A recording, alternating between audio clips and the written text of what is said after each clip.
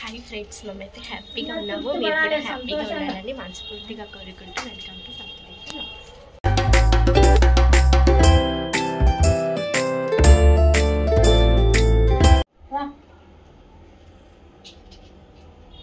అన్నీ మంచిగా ఉన్నాయి దా, నీకేం తక్కువ చేయాలి, అన్నీ సమానంగా ఉన్నాయి.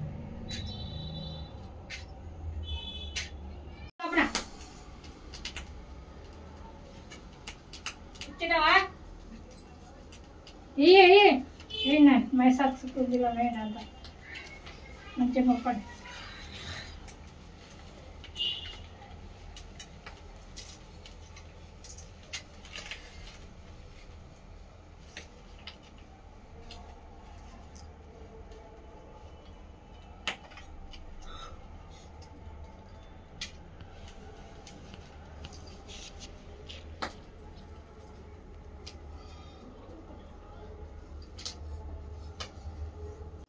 ఇక్కడ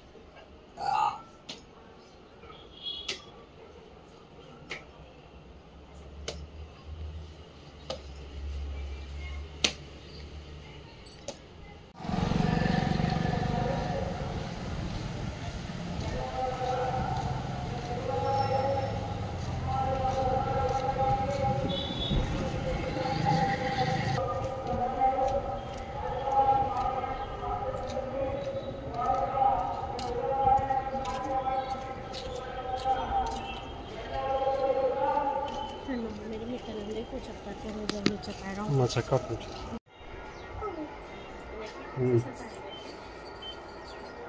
चलो तारेना छोड़ो करे ఇగో మా కోతి పిల్ల ఇగో బద్మాష్ కోతి పిల్ల వచ్చింది.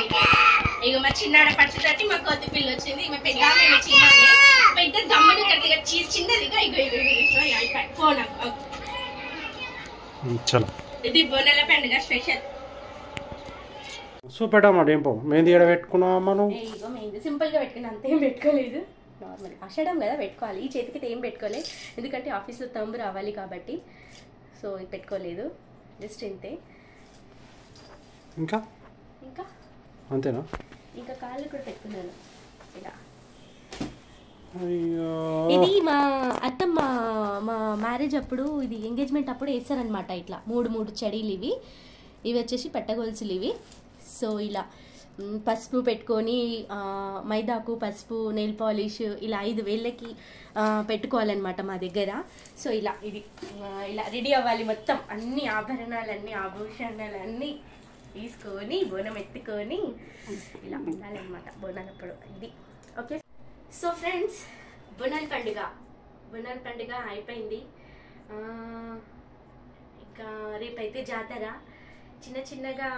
చిన్న పనులన్నీ ఎట్లా అంటే ఆ చిన్నవే కొంచెం పెద్దగా అయినాయి. బట్ అయినా కానీ ఆ చిన్న పనులు అన్నీ చేసుకుంటా సక్సెస్ఫుల్లీ బోనాల పండుగ కంప్లీట్ చేసేసినాము ఈరోజు.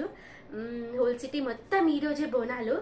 సో బోనాల పండుగ అయితే కంప్లీట్ అయిపోయింది. సో బోనాల పండుగ స్పెషల్గా నేను ఇలా రెడీ అయినాను. సో కామెంట్ చేయండి ఎలా ఉన్నానో. చూడండి ఫ్రంట్ అండ్ బ్యాక్ ఇలా. బట్ నాకు తెలిసి ఏంటంటే నేను చాలా ఫ్యాట్ అయిపోయినా అనిపిస్తుంది. లాస్ట్ 2 ఇయర్స్ నుండి ఇప్పుడు కంపేర్ చేస్తే చాలా ఫ్యాట్ అయిపోయినా అనిపిస్తుంది. బట్ బోనాల పండుగ అయితే సక్సెస్ఫుల్గా కంప్లీట్ అయిపోయింది. సో సక్సెస్ఫుల్గా ఏంటంటే కంప్లీటెడ్. ఇంకా ఏంటంటే ఫుల్ హ్యాపీ. పండుగలన్నీ స్టార్ట్ అయిపోయినాయి, అంతా బాగుంది. ఇప్పటిదాకా అమ్మమ్మ వాళ్ళ ఇంటికి వెళ్ళేసి వచ్చిన మా అమ్మమ్మ వాళ్ళు కూడా ఇన్వైట్ చేసినారు. సో ఇక చూస్తే మా ఆయన చూపిస్తాను చూడండి. మా ఆయన